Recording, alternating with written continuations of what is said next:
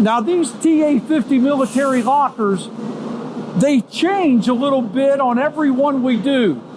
This one here, they always have a 3-point lock, as you can see, so that's locking the top and bottom, and also here, 3 points. And depending on the military use of this locker, this one has 2 shelves, and then it has a clothes rod down here. Sometimes it might just have 1 shelf, and it may have a couple hooks so that you can hang a jacket or something on. So we make these shelves out of 16 gauge sheet metal. The back panel is 16 gauge sheet metal. We use a 10 gauge 2-inch square welded wire. And then we use here a 13 gauge hot rolled angle. So this is a good looking TA50 locker.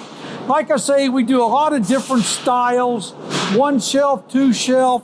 Sometimes there's even like a little cubby so that you can put a helmet of some sort, if it's for the Air Force or something like that.